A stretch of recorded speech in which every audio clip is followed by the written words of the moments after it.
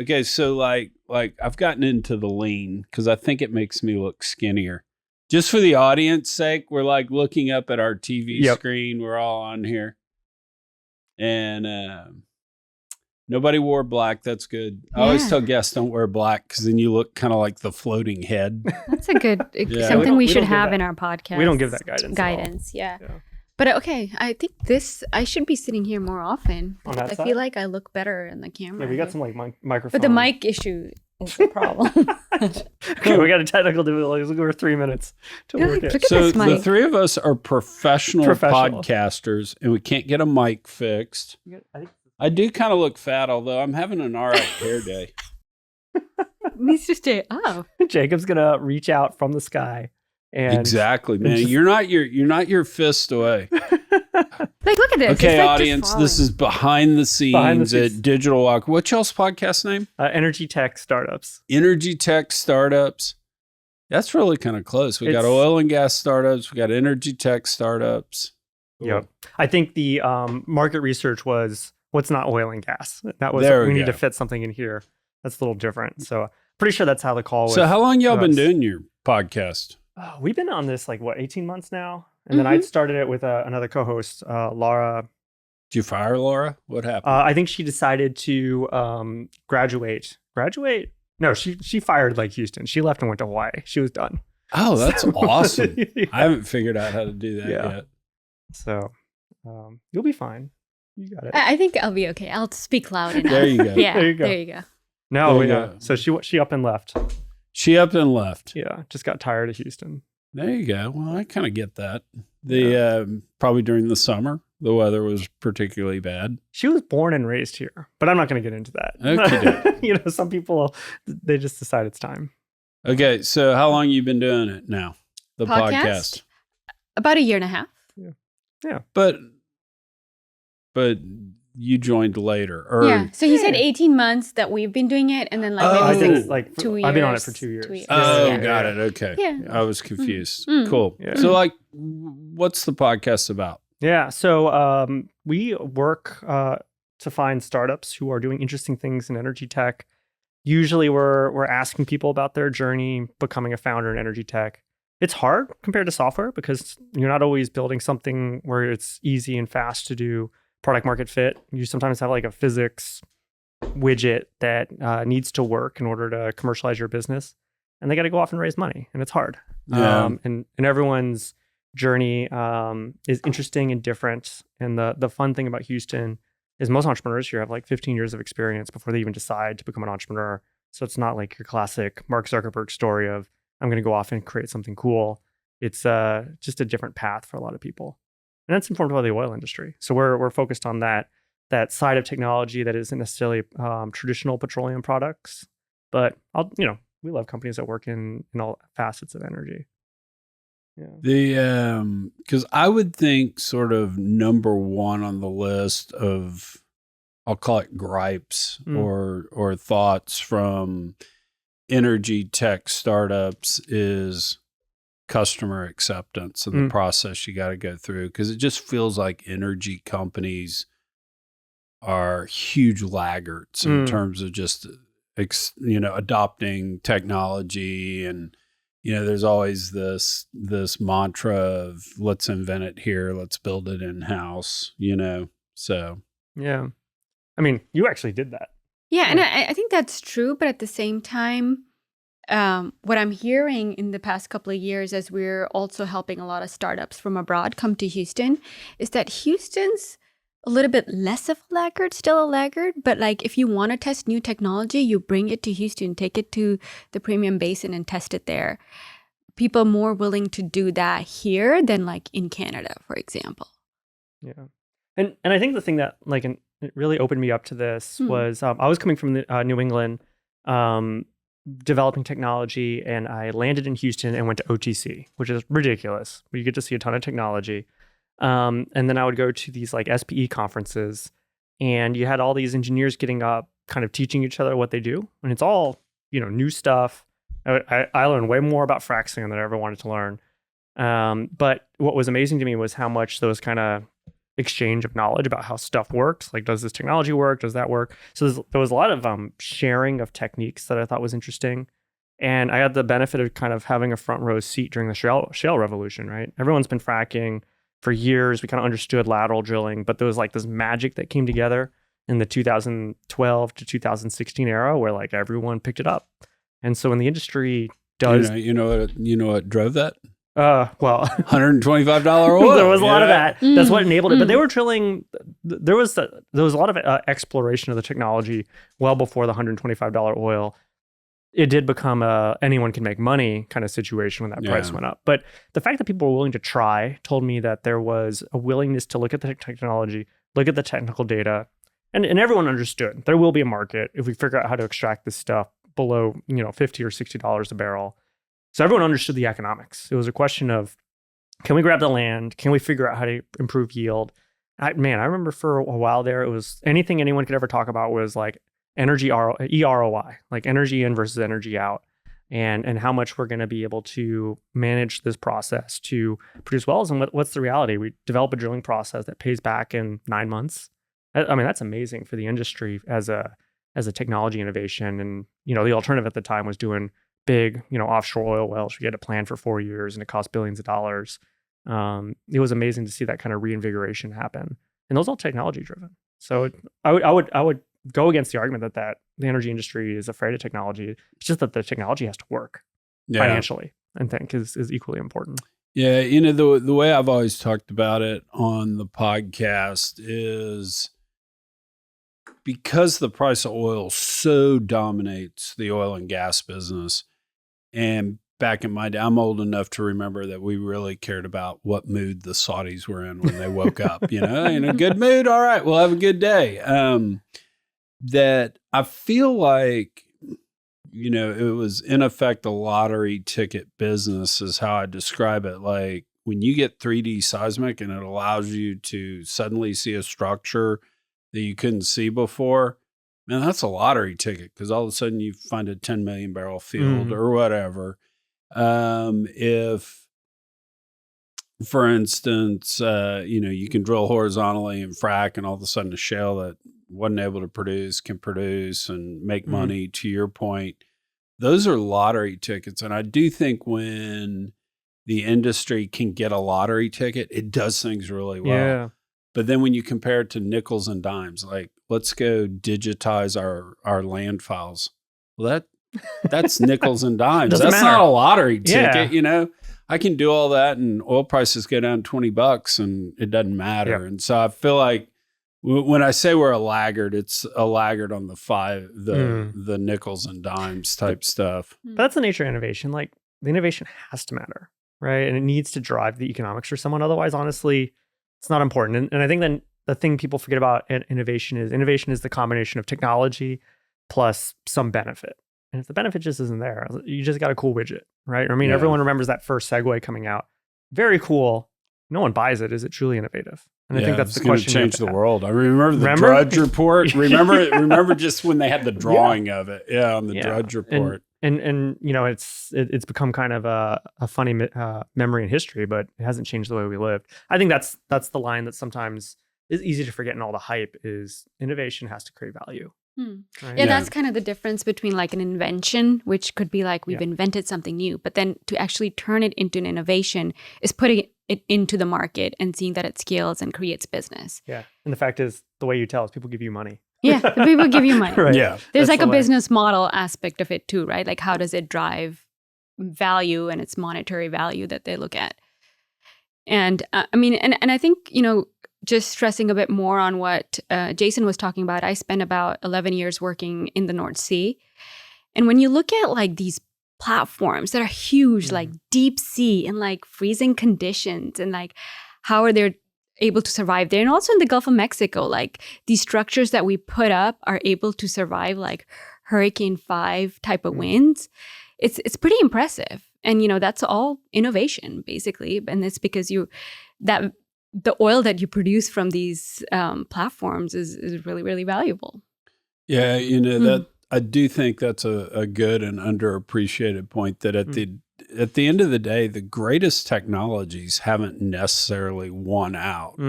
You know, it's been the technologies that people actually buy. Yeah. I mean, VHS was way less sophisticated and a quote unquote worse technology than Betamax. Betamax was far superior. The porn industry adopted VHS and everybody bought porn. No, in all seriousness, I'm not. You got to find your niche market. That's like the classic, like, how do we get started? And you have a use case that people will drop. And there was a really great research report by somebody from First Boston. So that was Credit Suisse before it was Credit Suisse. And I forget who the research person was, but it was like a 75-page report. And it said, you want to understand the evolution of technology and where it's going, follow the porn industry. I mean, we have VHSs, so you didn't have to go to a porn movie theater and be embarrassed by other people. We're going to have streaming services. You know, the internet's going to be driven by porn. And as weird as that sounds, I mean, it actually is a pretty good describer. And to your point, it's what are people willing to pay for? Yeah. To go on this thread in a slightly different direction, we're in the lucky generation. You want to leave porn? Fair enough. No, like it's reminding me. You can even turn to Jacob. Jacob, let's cut that. You're reminding me of my first experiences on the internet, where I was doing a research report. This is a family show, so be careful. Go ahead. I was doing my first research report for my civics class, and of course, my first stumble was to go to the notorious whitehouse.com, and that was my first experience with adult entertainment on the internet. So I forgot this story. Whitehouse.com was a porn site. And the correct one was whitehouse.gov. But as a kid, and so people had bought up this real estate, knowing where people would click through. And we were doing this research report with like 4 of my guy friends from we're in middle school at the time. We don't know. My mom's not paying attention because we're doing civics homework. And we're all this is back when the family room computer is in the living room, right? We have one computer in the entire house. Yeah. Yeah. We grew up with the internet. It was a crazy time. And it's funny to see how different it is today. Yeah. Kids these days don't know. Yeah, they don't have the internet. No. They don't know how wild west it was back then. Y'all are like half my age, and I love the fact you're dropping that line.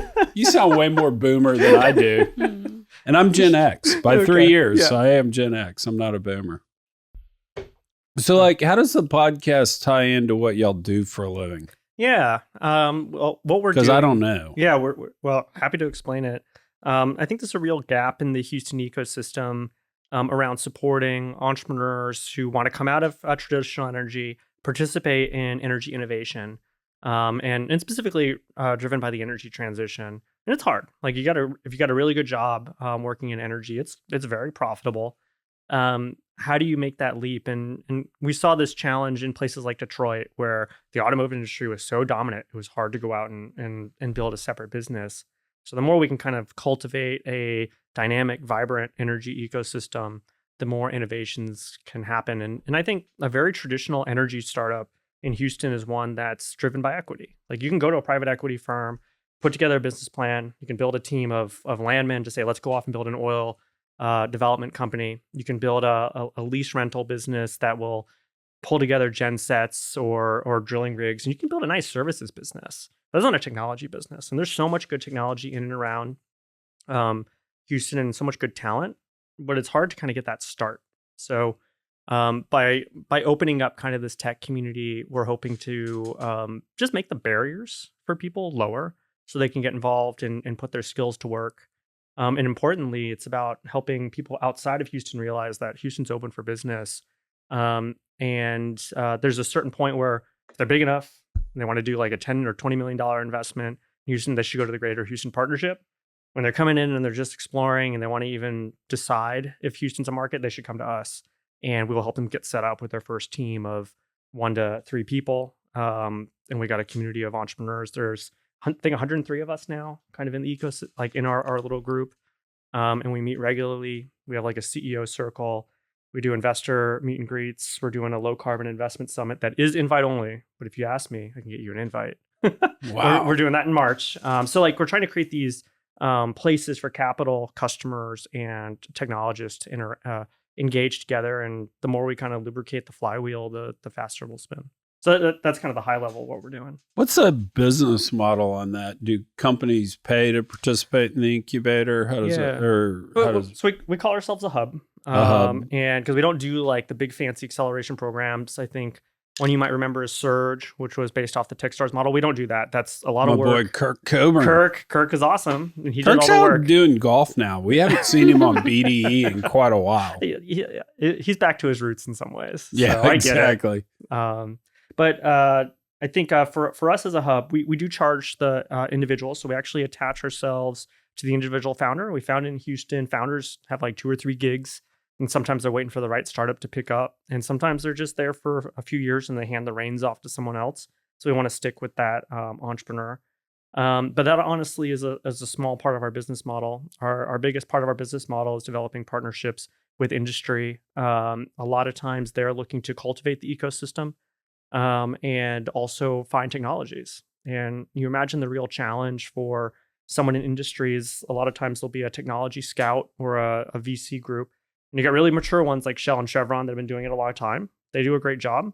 But when you're kind of starting out your kind of CVC career, usually you're someone who's internal to an organization. You might be the expert in drilling at your oil company. You might be the expert in pipelines. But that doesn't necessarily mean you know where all the startups are. And that's where we come in and help. We get to engage with about 2,500 startups a year or startup founders a year. And so we can kind of provide that breadth of insight for industry. But when they come to us and say, well, Jason, I really want to understand who's doing desalination technologies. It's great. I can open up my database and I can pick out the dozen or so different membrane companies we've come across and even identify which ones are probably at the right maturity where they actually want to invest the time in engaging with them. And the reality is most people in industry, they want to engage with something when it's either deployed in a field operation or 6 months out. Anything earlier than that, it's just really there's not enough risk alignment with a larger company. So we try to help navigate that. And we don't have insight into what goes on inside the company, so we just kind of hand it off to them, and they get to be that gatekeeper who knows where to find the right buyer inside. Give me an example of like a deal. Mm-hmm. You meet a CEO. Give me walk me through kind of a real life example. Of like something that we do? Yeah, something y'all have done. Yeah, okay, cool. Like something that we are really excited about that we're doing right now, and this is something that we won earlier on when we established Energy Tech Nexus, was that there were some people in the eastern part of Canada, they call Atlantic Canada, that I didn't really know much about. People from Nova Scotia, Newfoundland. They were like looking for a program to bring some of their tech companies to Houston, because these companies were scale-ups. They'd been around in Atlantic Canada for about 10 years. They had like the customers within that region, like Exxon, Chevron, whoever was operating there. They had like $1 million in revenue. They had $1 million in revenue. So they'd been around, but now they were like, okay, how do we, the municipalities, the cities, the provinces were thinking about, okay, how do we help these tech companies, these energy tech companies go beyond this ecosystem? And so they said, Houston's a great place for them to expand into. So they were actually talking to a lot of people in Houston about, who would be a good consultant to do business development. And that's kind of when we were always, we were just about to be born. And so it just happened to fall on our table because we were talking to one of these startups who was going to be part of this program or had a good relationship with this company called TechNL. And then we got in touch. They sent us their RFP. We applied for it and we got it. And what we're really doing is we're helping 10 scale-ups from Canada get access to the Houston market. So it's a 1-year assignment where we're doing business development. We bring them down here 2 times in that year, and we do in-market events. And we've had great success doing that. So they came down during Climate Week. We set up B2B meetings with them, with industries that we're just used to seeing senior leaders from, like, Chevron. We know their CVCs, Saudi Aramco. And then these companies come down here, and they came to our grand opening, and we had this expo, and they were just like, their mouths were just dropping open. And how many, you set up like 30 meetings or something in that week, right? 30 meetings in that week. Like each company was able to meet with 5 or 6 different industry leaders. And they were just like, so grateful for that experience, because coming from like this remote area in Canada, you don't get access to the kind of people that we kind of become used to being here in Houston. So I think... I was watching the Super Bowl, and I saw Kendrick Lamar dissing all on Drake. So Drake's the Canadian from Toronto, right? Yeah. There we go. Yeah. And it's like good technology. It's just kind of locked away. I think that's kind of the like what we're trying to help in terms of bringing things here. And I think the reality is 10 years ago, people wouldn't have thought of Houston as an innovation city, which is why like Amazon passed up being here. And part of the development of the ecosystem here has allowed things like, you imagine like digital wildcatters. Like, would this have existed if there wasn't like an ecosystem to support what Colin and Jake were doing at that time? Like, it's certainly not our AI software effort. I mean, you kind of had, if you will, we could have been a media company back in the day because you had Hard Energy, you had Oil and Gas Investor, and you had the Doug Conference, and but not technologists. But not Exactly. we couldn't have Collide. We couldn't have Collide AI. Empower, any of that stuff. Yeah. There's something in the ecosystem here that has changed fundamentally, where people raise their hand and say, yes, like we are gonna look at technology in a different way and open it up. And I think part of convincing the rest of the world that that's true, because I think when people think of Houston, they think of, I don't know, wildcatters with cowboy hats. I don't think any of us have cowboy. I don't even know. The greatest story early in my career, I was working on a deal and some investment bankers were flying in from New York because we were all going to negotiate. And they showed up on Go Texan Day of the rodeo, and you got horses going through downtown, everybody in cowboy hats. Yeah. And they were like, shit, it's true. We had no idea. But, it only takes one day to create a stereotype. Yeah, so I think a lot of what we're doing is kind of redefine Houston because, I think even today people don't see Houston as an entrepreneurial city, as an innovation hub. We talk about Silicon Valley, we talk about Boston, New York. But importantly, we're not going to do like Silicon Valley of Texas. No freaking way. We're doing the Texas way of doing things because we have our own style, we have our own expertise here. We're not going to replicate what happens in the Valley. Yeah, we're going to create our own playbook. Yeah. Yeah, we don't want to do that. The no offense, California. we're gonna try to do a Series A before the end of the year, so I'll suck up. Okay. The Valley is wonderful. No.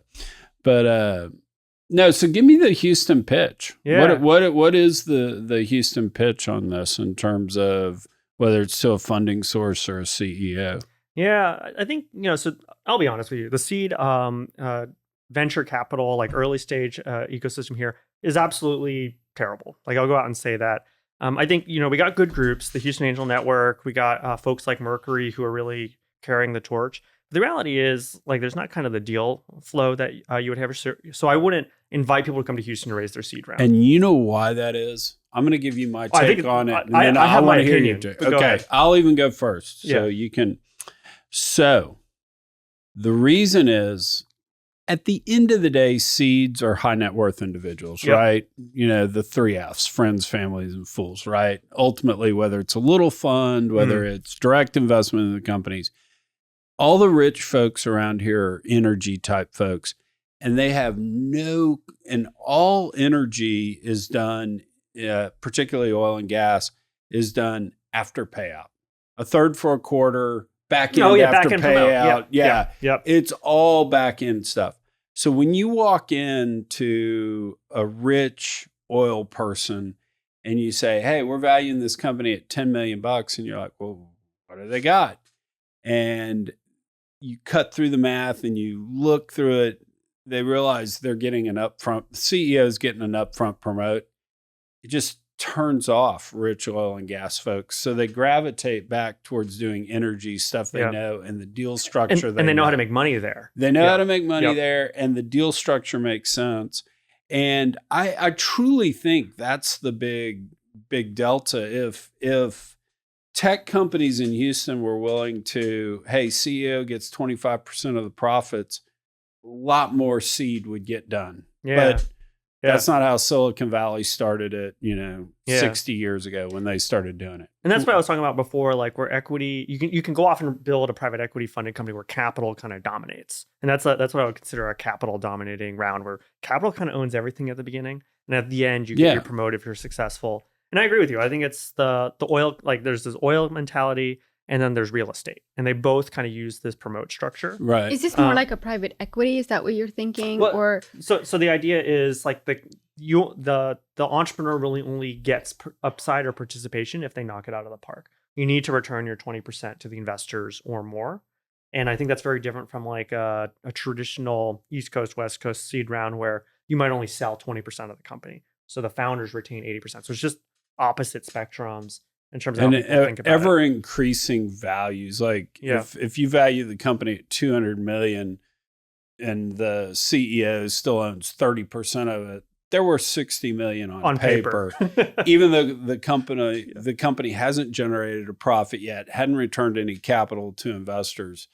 It got ridiculous in oil and gas private equity where the management team would literally get as much as 50% of the profits above a 2x. So, you could go take 100 million of capital, turn it into 500 million. There's 400 million of profit. There were CEOs walking away with 150, $200 million of cash. But they delivered. But it was it was after payout type stuff. And that I think just is what stops so many kind of rich oil and gas people from doing venture capital. Yeah. But it's more like they're used to funding projects, right? Than like companies. There's also a difference. Like at the end of the day, in oil, like you got to do some development work. You got to prove reserves, but an oil well has intrinsic value. Like there's resources down there. Yeah. If you have a real estate asset, there's a block of land, you have rights to it.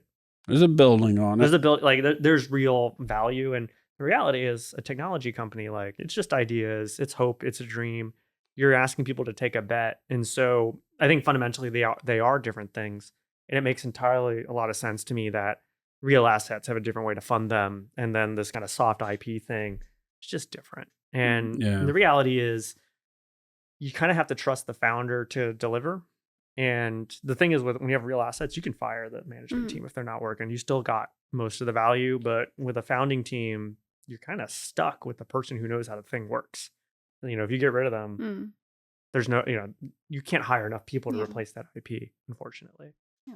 Don't get too comfortable, Colin, but okay. Yeah. But it depends, like it's what these high net worth individuals are also comfortable with, like that they're comfortable with taking risks within oil and gas because they are experts there, they have knowledge there, they have experience there, where these other companies, these new technologies that are being built, and they're being built in a different way with the more kind of venture capital type of model. It's just we don't have experience in doing that.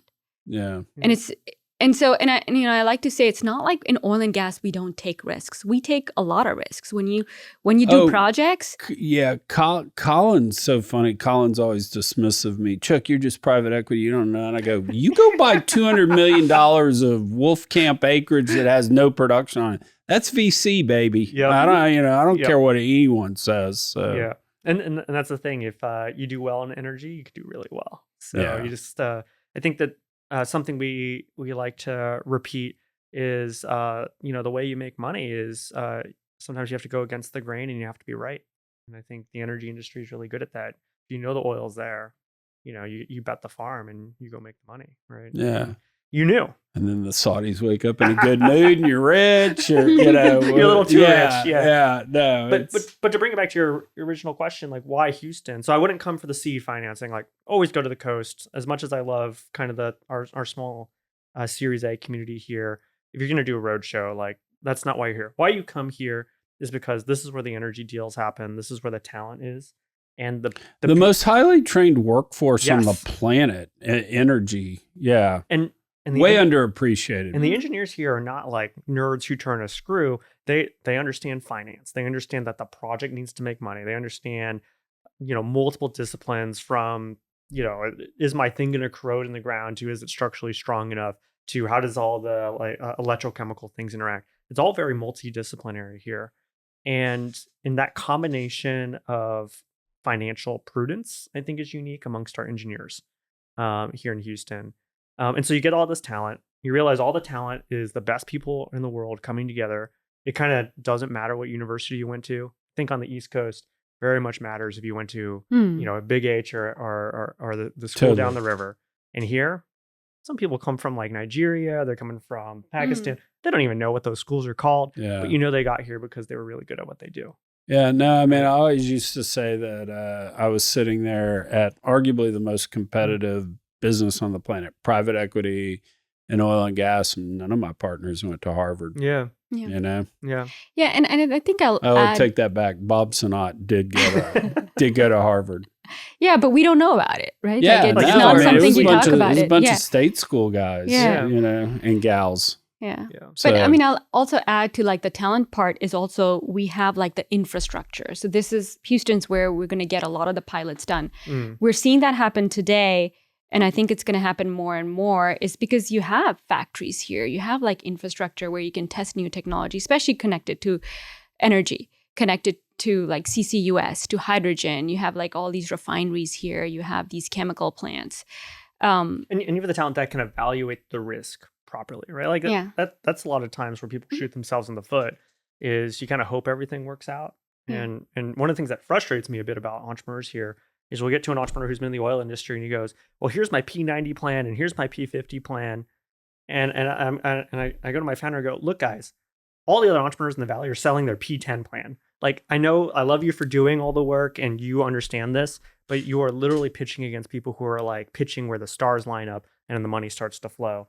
And it's just a very different mindset. But I would bet the execution on the guy who knows the kind of all the risk factors. Yeah. You know what I used to always say in a lot of those situations, because my dad's a doctor and people would always come and say, what are my chances of living, doc?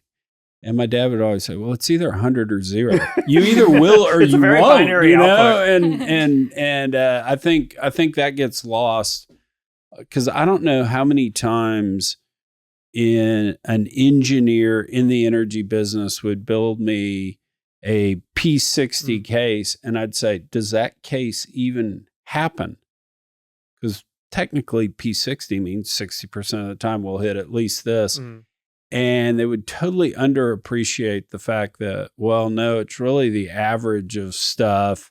We're either, you know, these wells, if they hit their type curve, we're going to do this, or if they don't, we'll do this. It's way more binary. And the key is they understand that drives. Yeah. I think that's the whole point of the exercise is really understanding what really matters. It's really making sure that type curve, because it drives everything else. Yeah, totally. Right. And I think I do. So I hate the coast arrogance on stuff, and I want to hear your take on that. As long as we're not going to piss off people, we'd love a Series A, but no, I think the coasts understand that a lot better in terms of it's much more binary in outcome, and so let's go get the P10 case, and if we don't get the P10 case, we're going to fail anyway. And so there's a difference between execution and selling the win. And I think in venture math, like your portfolio of 30 companies, you only really need 4 exits, right? And so the 4 that knock it out of the park are the only ones that matter. It's only the ones where the stars align, where everything goes right, that really generates enough value for the rest of the portfolio. So what I would go back to the entrepreneurs here in Houston is, it's great you did all the math, but the reality is you're only a win if you're in the P10 case. So you might as well only worry about making sure that succeeds. Yeah. But from an execution standpoint, you want to pitch the P10, then go hire all the people who will make sure you manage and take care of the risk and build the team with people who really worry about risk mitigation, getting the system built, making sure it commissions and runs right. And there's that distinction between the person who sells the vision and the team that executes. So here's my coast story. Yeah. So 21 years ago, my father and mother are out in San Francisco. They're at a bar mitzvah, something. And I get a phone call from my mom. And it's, hey, I don't mean to alarm you. I'm in the back of an ambulance with your father. He's having a heart attack. He's being rushed to the hospital. Turns out Dad wound up being fine. Dad's still alive today. But when they figured out Dad wasn't going to die that night, Dad just said to Mom, look, go to the brunch tomorrow morning with the bar mitzvah. You know, you don't need to sit around here with me. So my mom goes to this brunch, San Francisco. And it's a very prominent family that's having this bar mitzvah. So a lot of the elites of San Francisco are there. And this nice lady, and she truly was a nice lady and means very well, came up to my mom and goes, oh, how is your husband? Oh, well, he's fine. And she goes, aren't you glad that this heart attack happened in San Francisco and not that backwater Houston where you could get good medical care? And my mom, of course, is sitting there going, Dr. Cooley, Dr. DeBakey invented this stuff. They're kind of Houstonians, but anyway, huge arrogance on the coast. And the reason I set that as a backdrop is one, I thought that was a funny story, but two, talk to me about the coast. Will they even back a company in Houston? Tell me the struggles of that, or am I just making that up? Yeah, I think so. The reality is investors will, there's a large class of investors who want to be able to drive to their investments. And that's more true like when you become angel, but even Series A investors, if you're outside the Valley, if they have to take a flight to inspect you or meet you or come for a board meeting, off the table. So there is a challenge there. I think that was very true before COVID. Now that we have Zoom everywhere, those walls are coming down. I think the reality is if you want to have a successful financing, you got to do a roadshow. You need to queue up investors. Going one at a time is very challenging because you're just burning a lot of time waiting for people to come back. And the most successful way to raise money is to go to Sand Hill Road and just beat on every door, talk to 200 people. You will get a term sheet. Now, the reality is when you're in Houston, and you got kids, and you got a wife, and you got obligations, and you got to take kids to soccer practice, it's very hard for an entrepreneur to want to pick up and do that.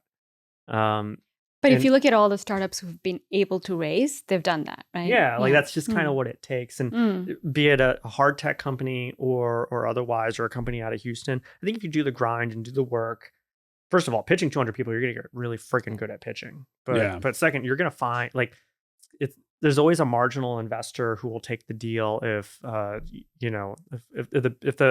tier 1 company passes on it. There's always a tier 2 or tier 3 investment firm, and you kind of have that density. I mean, you're in Houston, you got 6 VCs who might do a Series A. Yeah. I mean, if you look at like the famous unicorn in Houston right now within energy, Fervo. Yeah. Tim went to Stanford. He did his MBA from there. That's where he built a lot of his connections. The company is then still kind of formed here, but he has that network there. Also, he spent some time in New York. And that's where he ended up getting most of his money from. Yeah, and he did the grind. Like specifically, he went out and you just got to pitch people where you're at. He just raised a 600 million. Yeah. Right. 600 million. A lot of it's going to a project, but yeah, I mean, that's the reality. 600 million is still 600 million. Yeah. Different from, I guess what I'm trying to say, it's different from building a software business. Yeah. What about Cart.com? Do you know what they've done? Right? Yeah. Cart was Houston born. I think Mercury was in them early. And I don't know if that was an investor challenge. Did they really leave? Because I mean, they came back. Okay, because the CEO's got the private parking spot. I know. I was like, that's when I'm going to know I've succeeded in life is when I get my own parking spot. Yeah. Because it wasn't. And I will say this as an investor, I don't want to see my CEO having 12 different cars that are all that nice until we have liquidity. There is a rental service for that, so maybe it's not all purchases. Yeah, I've already put Colin on lockdown on that, dude. The second you show up in a Lambo, buy me out. So the answer is yes. It's just you have to do the work, and between the seed investors kind of having low expectations or having a hard time with investing kind of these hard tech companies, you kind of, if you want to be successful, you kind of have to commit and you got to play to win. Yeah. And I think a lot of entrepreneurs who want to go off and raise $5 to $10 million think they can do it from the armchair or from Houston. And yes, you do have deals. Like I know Veriton is investing, and they supported Helix Energy over the summer. We have folks who are pulling together some smaller rounds, but the reality is there's not much deal flow happening here. Like even Neil Dykman doesn't invest in Houston companies, even though he's here at Energy Transition Ventures. So it's come on, Neil. What's the problem? Well, because there's not enough good deals. That's what he'll tell you. You know what was so funny is Neil came on the podcast and Neil told me he has a strategy. He's like, I go really long on a podcast so that they have to drop it in 2 parts. So in effect, I get 2 podcasts. I'm like, dude, I've dropped a 3.5 hour podcast. Just chat, keep going. Yeah, I like Neil. Neil's good. So what else are you telling a CEO? In terms of, hey, I'm Chuck Yates, I'm going to start a great company. What else are you telling them? So one of the things that we're doing is, we've said from day one is that we're founder focused. So we're really focused on the founder, and we want to help you on your leadership journey as a founder, because whether you're going to succeed in this company or not, maybe there's another business that you're going to spin off of this idea. So we invest in a coach, and we do founder circles where we bring these founders together and really have these conversations on like, okay, what are we struggling with right now that we need help with? And that's kind of, I think, Jason, inspired by Y Combinator and things that happen in Silicon Valley, is the reason why you accelerate innovation is because you share with each other and learn like, okay, who's fundraising right now? Who is deploying capital right now? What grants can I apply for? When I face this kind of challenge, how do I deal with it? And so that's the space that we're also creating so that they can create that camaraderie amongst other founders and be able to help and support each other on their journey. I think half the time I'm down here, I'm playing therapist to Colin. Yeah. And It's very valuable. No, I don't say that That's basically it. braggadocious or anything. Yeah. I mean, it's... And those founder circles are basically therapy, and that's what we tell our founders. And there are many founders who haven't tried it. And when they come, they're like, I didn't know this existed.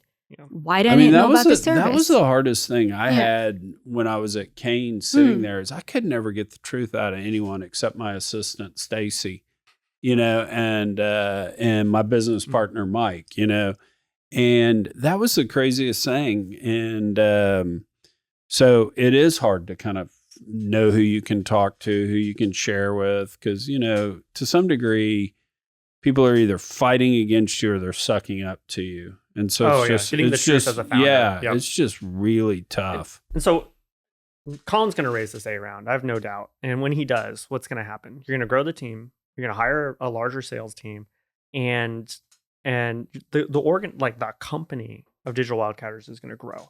And you think about what's going on here. It's not just the technologies being developed. It's not just like you introduce a new marketing plan. Like the way the team works together functionally changes. And what's going to have to happen? Colin's going to have to change the way he leads the team.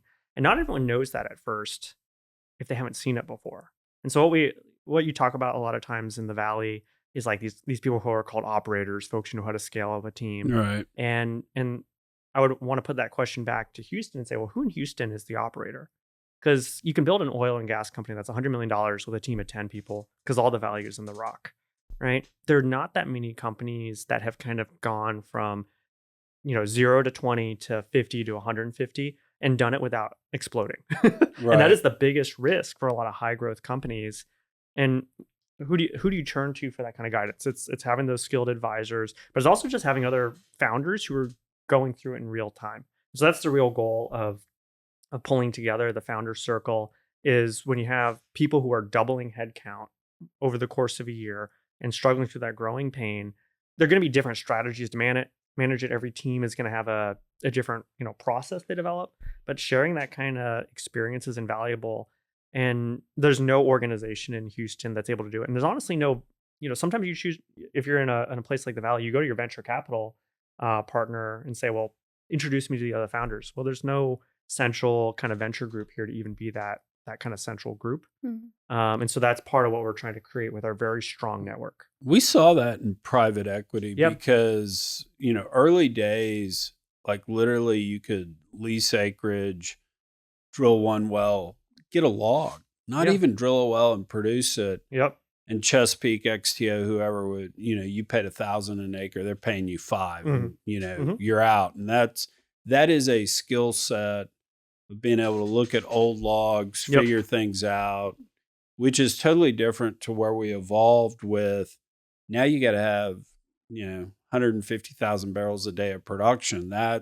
You got to run a rig, you got to have a drilling program, and that totally different skill set. And so you saw the same thing in private equity, is maybe finding the acreage, different skill set than actually executing on the acreage. And it was rare the CEO that could do both. Mm-hmm. Yep.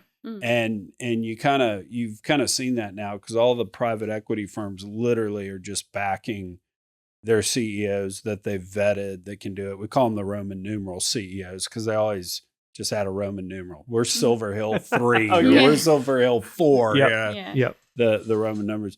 The other thing, and give me your take on this, because this is kind of like one of my important lessons. And what I tell Colin is, Colin, you hang on to the hiring function as long as you can. Everybody that comes here knows that they are here but for the grace of Colin McClellan. Yeah. I think that's really important because, I mean, one of the things that happened to me is I sort of inherited the team at Kane. We were kind of this three-headed monster, and we wound up splitting, and Danny raised his own fund, and me and Mike kind of had a team that some of the guys we hired, some of the guys we didn't, and that was a shit show. Trying to navigate that. Bunch of type A personalities. Oh, it was a mess. Yeah.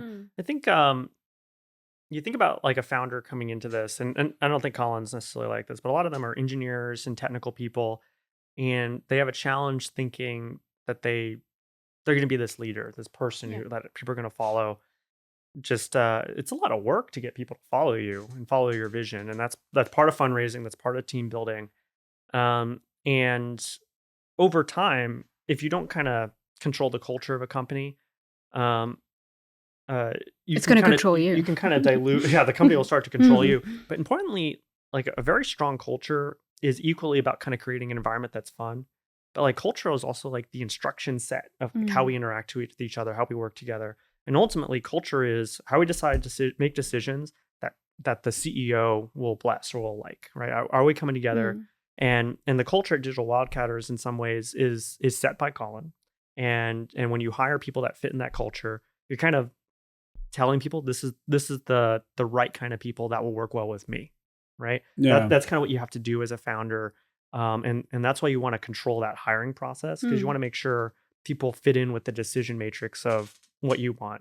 And I'll just reflect on it myself. Like when we're growing, I'm one of these people who just likes details. Like I'm just a detailed person, and someone who's sloppy with details like gets on my nerves. And I know it's like a personal like whatever, but the reality is like as leaders within this team, we need to work efficiently. And when you build a team, the team is kind of there to amplify everything you're building. It's not the other way around. And so I would applaud like, keeping control of hiring, keeping control of the culture is the crutch you kind of use to make sure you go from 20 to 150 people. Yeah. It's necessary. And I'll kind of add to that because, when most of us, whether we're working in corporate, but especially when we become founders, like the first year is like, we're doing everything. We're like that individual contributor. We're doing everything. And like, if you're detail oriented, like you get into the details of everything. You set up your systems, you make your marketing, you do everything. And then comes a time when you have to hand it over to somebody else and they do it differently. Yeah. Anyone you hire is going to do it differently. So how do you kind of enable them instead of just delegating it and saying, okay, do it. This is how I do it exactly. Do it exactly like me. It's also about how do you empower the team? And I think Jason's very good at this is, how do you give them the guidance that they need? Like the frame around which like they're supposed to perform, but then also be creative within that and bring in their strengths. And that's really hard. Like you don't learn by just hiring someone how to delegate. Like delegation is actually very hard. I don't know how you've dealt with that. Yeah, no. And the one other thing I'll kind of throw into that is I think you're right. You create culture, all that. But at the same time, if you're a CEO, and I kind of tell Colin this, everything you're weak at, go higher. Oh, yeah. And Colin's kind of figured this out, but for about a year and a half, I argued with him on everything, even if I agreed with him. I just did it. Well, I did it for two reasons. Yeah. One, I wanted to make sure he had thought it through.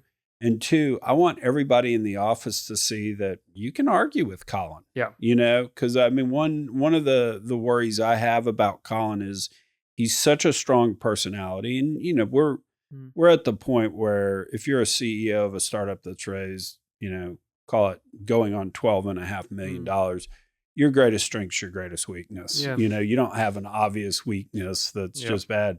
And, his strength is being a very strong personality and driving things that also can be your biggest weakness if people don't think they can talk back to him. So I talk back to him just all the time, every chance I get, just so other people can see that. And I think the important thing is culture is the decision-making process. Like it's a framework for decision-making. Yeah. And it isn't just what's Colin, what did you think this morning while drinking coffee? There is a rationale, there is a logic behind it. And I think pulling that out is what's important. And pushing back is figuring out how things work Right. and how you need to push it down. And, I totally recognize, like, what are you good at? What are you bad at? Like, I am terrible at social media. I think I did social media for 1 week and we found someone to take that over. And so we have this fantastic woman, Sana, who just like does all of our social, all of our comms. And I am so thankful every day when I see a social media post and I did not have to touch it and it looks great. Yeah. Because I just know I don't have the patience and I'm not good at it. Yeah, and then also like being okay with that, because you're delegating it, sometimes it's going to be wrong and we're going to make mistakes, right? Yep. Just being okay with that and giving Sana that And having feedback. that feedback loop. But then saying like, it's not a big deal. Like, you're not going to be fired because of this. Because that is the job, is like, we are enabling you to do this on your own so that we are not the bottleneck, that you don't have to come back to us to confirm if everything is okay. So we want you to continue going out there and posting things. And that's how you get scale. Like, the only way, the founder can't be everywhere all the time. And that's always the challenge. Yeah. No, that's exactly right. And we used to, think about that in terms of, if people aren't making a mistake, then you're probably also not getting the benefit of the thinking outside the box, trying something different, et cetera. You're not taking risks. You're not like taking full advantage. Yeah. No, that's exactly right. Do we see an Andreessen Horowitz office in Houston ever? I wouldn't know. I'm not as close to the ground on but you know what I mean. Valley. But in terms of like having a company, are we going to get pick one of them? Are we going to wind up with Draper opening? Well, I guess Mercury's Draper. Never technically mind. part of DFJ. Not a good example, but are we going to see some of the big VC funds open offices here ever? Or? Yeah, I don't because of the weird Zoom world we're in today. I wouldn't be surprised if you had someone from that office who's just here, but it's not like there's a formal like office you go into, but they're still doing deal sourcing. Yeah. Right. The thing is, like, do they need to is the question, right? Because a lot of good companies from all around the world end up going to Silicon Valley. Like they end up either establishing an office there, just be there for the roadshow, go to one of the incubators. Like, in some way, you get to interact with them. So the bear case, or the reason it wouldn't happen is if you're doing hard tech, like something where you need a patent that comes out of a university, then it does make sense to send someone to the various schools that might be producing IP and kind of grabbing or funding the founders even before they spin out of university. And so you could find really good technologies at those erudite schools on the East Coast, like Princeton and Harvard and Yale. And it might make sense to camp someone in the periphery to kind of keep a beat on what's the latest in battery chemistry technology, or what's the latest in advanced performance materials, very deep tech kind of technology. And as much as I love Houston, it's not clear to me that there's a lot of labs producing students who want to start a company. Like, I think we're very lucky that Rice produces 2 to 3 startups a year who might go off and raise $5 million. U of H, I think they're trying with TechBridge. They got a few that are coming out. UT is obviously not here. A&M has like a good program for research, but a lot of the A&M research is actually funded by industry. And the people who have first rights are industry. Yeah. So there's not a lot of like students who are raising their hands saying, I want to take this widget I've invented and go off and start a company. Luckily, in a place like MIT, it's like expected. Like, you have 100 students doing that. It's almost like you should try this first before you get a real job. Well, it doesn't happen. You know what the irony of all that is if you look back kind of in the 50s and early 60s, Sylvania in effect founded Silicon Valley because they had a program where you come out there, you work for Sylvania, and you could get a PhD at Stanford. And so Sylvania actually wound up recruiting Burton McMurtry out of Rice. And Burton was TVI Ventures' only venture capitalist to give Microsoft money, et cetera. I mean, arguably the OG of VC is Burton McMurtry. And so he came back to Rice and recruited Jimmy Trabig, he recruited Ken Oshman, and you tick on down the list. And there was this pipeline of Rice going to Silicon Valley, doing really well. F. Martin ran the Goldman Sachs office. They did all the tech IPOs. He was a Rice guy. So you had this, And something happened to rice probably in the 80s and 90s where it turned into what I will call a middle management factory. I mean, think of all the big banks, the big management consultants. They all wanted to come recruit rice, and people were taking the safe career. And we just somehow lost our entrepreneurial spirit at Rice. And I, the Yates family has more Rice degrees than any other family, I think, on the planet. I think we've got 15. Holy cow. Okay. You know, mom, dad, grandfather, 2 of my 3 brothers, both sister-in-laws, ex-wife, me. And some of us have multiple Rice degrees. Great aunt went there. Uncle went there. So I've got this good vantage point, but I can't tell what happened. There was definitely an element of Rice was always smaller, which hampered it. But we used to have that culture, and if we could have been Austin potentially if Rice had maintained that culture. Yeah, but also, I mean, I guess maybe it speaks to Houston having that big corporate environment where people would go to these big BP shell jobs instead of starting their own companies, right? Like Austin maybe didn't have that. There is a culture change. There's a part of me that wonders, and I don't have enough context to know, but it feels like there was a big shift in that era in like the 90s and 2000s, where a lot of the shift in universities was to become research institutions, and so a lot of the research dollars kind of concentrated, and we saw a lot of that concentration in Texas at A&M and UT. Like I remember when I was over at Duke, like they really wanted to make sure they were a tier 1 research organization because then you can tap into those dollars. And I wonder if Rice was too small, like you said, to kind of attract that. So you lost the technology pipeline. And then the very real challenge of a UT and an A&M is their land grant organizations. It is not in their mission to start technology companies. The mission is to like educate people and conduct research, but not like commercialize it. And I think that's very different from like a Stanford or an MIT, where the mission is to go off and take all this knowledge and return it to society. And that I think that shows up in the culture of those 2 schools. And by return to society, I mean put it into a company. Is there anything to the energy business being so specific that you ultimately have to be trained in an energy company for a while before you can create something for them?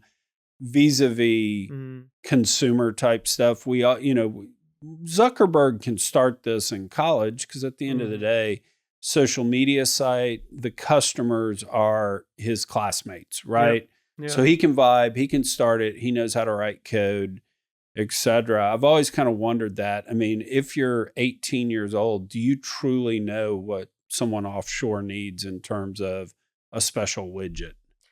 I wonder if that's an element to it too. I do see business plans that come our way from students where they are very naive in like what people need, and I think it's almost comical. Like I have to withhold my amusement because of how superficial the like assessment of the market is. So I think there is a little bit of that barrier to knowledge. However, I think there's been really good programs that have come out. There's a program run by the NSF called iCore, and step number 1 is to go off and interview 40 customers. Not have an idea and throw it on a board and hope you're right. No, you actually talk to the people in the field and make that step 1 before you even put a business plan together.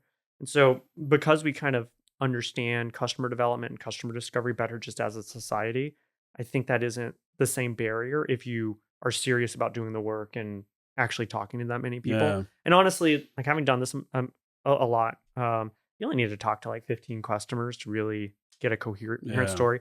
The reason they say 40 is because you're going to talk to the wrong 20 the first time. And so there is that solution to it. You are correct. Like the barriers to get something out. I mean, Facebook was using the LAMP stack. Everything there was free. There was no barrier. Like the biggest barrier was going off and getting a server and paying for the server to run back in the day. Here, if you try to start your own oil company out of school, you're going to run smack first into all the regulations you have to manage. Partly because like it's so dangerous to be out in the oil field. It is dangerous. Right? Like, don't get me wrong. And also we're talking infrastructure, right? Like you need some understanding of the infrastructure, and then you need the financing because also we're talking about like big stuff, more money because we're talking about big development projects. Because at the end of the day, the only way a new technology works in energy is if it leverages off the existing The energy scale. grid that's already there. Because do it like that. That's why I always kind of wonder about hydrogen. It's if you're not leveraging off existing pipelines, existing infrastructure, it's just tough to do anything from scratch because that infrastructure is already paid for. Yep. A drilling rig, it's paid for, Yep. and so I think that gets kind of underappreciated that you kind of have to just keep putting Band-Aids on the patient to some degree, so. Yeah. I do want to ask, Yeah. did you ever find a job? I feel like I have a job now. Okay. So is the name of the show changing? Is this the job? Actually, I do think Colin and I need to record an episode just about Clyde AI, just kind of so people can see it, and we'll do product demos and all that. And I was jokingly going to call that Chuck Yates got a job. Nice. Because Yep. no. Yep. I mean, I'm an AI software salesman these days. In fact, I got a meeting at 3:00. Nice. Are you going to go to these AI conferences now and be on stage talking about There's an language models? AI Houston event today at the Ion. Yeah. Oh, really? Yeah. We're not doing that. I think our third partner Juliana is going to be over there. I'm like walking in with an SOW this afternoon at 3:00. All right, sign this. Come on. Good.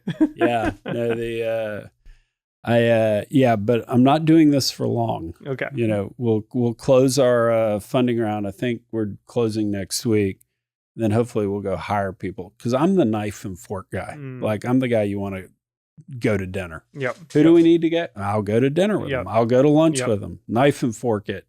Then I need to hand off. I'm not good with details. You and I would kill each other. But you make a good details. Team. No. I work on a team like that where I'm the detail person. So, well, see, that'd be awesome because my thing is, what are the facts? And give me the 30 seconds, and then I got my pitch. Mm-hmm. And if you go longer than 30 seconds, we're going to confuse the pitch. Yeah, it's too much. Yeah, it needs to be simple and to the point. Exactly. All right, how do people find y'all? Yeah. And who do you want finding you? Well, so right now we're focused on mostly working with founders and investors and people interested in the energy transition in Houston, but also just people who come into Houston. Like if you're an entrepreneur looking for a place to land, like call us up the day of. We usually have an event going on this week. Like today, we have a group of founders hanging out at the Digital Wildcatter studio just to meet each other and learn about how the sausage gets made. But inevitably we have something. If we don't have a big event, then we're running free lunch. So that's the other way we get founders to show up. Yeah, nice. Yeah, I know what I'm doing tomorrow. Next week, I think we got a free lunch next week over at our other office. Oh, nice. On Gessner. Yeah. So and then we're doing some really exciting stuff in March. I don't know when this podcast is coming out. Probably a week or two. Yeah. So in March, we have a low carbon investment summit that we already mentioned, invite only, but message us if you want an invite. Yeah. And then we're doing an energy tech market event during Sarah Week. So a lot of people are going to be in town. We're doing 4 sessions on like what's really trending in the industry. We're going to have great speakers, great opportunity to network. So to find out more about our events, go to if you use Luma, if you don't use it, start using it, and find Energy Tech Nexus and just follow us, and you'll see all our events for the year. Yeah, and what's that? Zuma? Luma. Luma. LU.MA. Yeah, okay. It's like kind of like Eventbrite, but better. Got it. Okay. Yeah. And I would tell you to go to our website, but we also got like 3 cease and desists recently. So we're probably going to change our name shortly, gotcha. and it might be in the next few weeks. So I think if you search us on the various things, search us on LinkedIn, we'll still come up. But we're in the middle of transitioning, like the website and things like that. Yeah, and I was on the board of Montrose Lane, and we used to be called. I'm on the advisory board there. We used to be called Cottonwood, and got a cease and desist from I think some guy in New Mexico who had a real estate fund and was doing stuff in Eastern Europe. And don't know why we get confused on that. But anyway, the better part of valor was, let's come up with a different name. Yep. I was like, why don't you challenge them to an arm wrestle? That might be the solution. Did you ever hear that story about, so Herb Keller, who was the president of Southwest Airlines, he was really kind of the founder and the Maverick CEO. You've heard stories of him. They get sued one time because whatever their frequent flyer program was, somebody else had that name trademarked, and somehow a letter or a memo got on Herb's desk, and he calls up the legal department and goes, "What's going on?" And it's like, "Yeah, we just screwed up. We didn't run the search right. We missed this. This guy actually probably is right, but we've got way more money, so we'll fight him and eventually win." And Herb goes, "Oh, that's screwed up." So Herb picks up the phone and calls this guy. He's like a trucking guy in Tyler or something. Says, "Hey man, Herb Keller, I totally screwed up. We stole your name. You sued us rightfully. I just want you to know I'm sorry." And the guy goes, "Oh, okay." And he goes, "Here's what I want to do about it. Let's have a big arm wrestling contest for it. And hint, hint, you might win, but we'll do a big brouhaha of it. Loser gives, $25,000 to the winner's charity, and let's do this upright." And the other guy was like, "Sure, that sounds great." Big brouhaha. Herb comes out wearing a headband, smoking cigarettes like he always does. Big dramatic thing, loses. And they rebranded, and all that free publicity earned media it was totally. So if we ever have to do that, first we're going to hire the DW team to run our arm wrestling contest, and we'll send Nada to go do it. So yeah, Nada, you got this. Yeah, I got this. I've got the muscles. Just wink at the other person right before. That'd be perfect. Yeah. Well, you guys were great to come on. This was cool. Thank you. It's nice to know what y'all actually do. Yeah, finally we got to have this conversation. Yeah, now that we figured it out over the last year. Perfect. Awesome. Good. Thank you.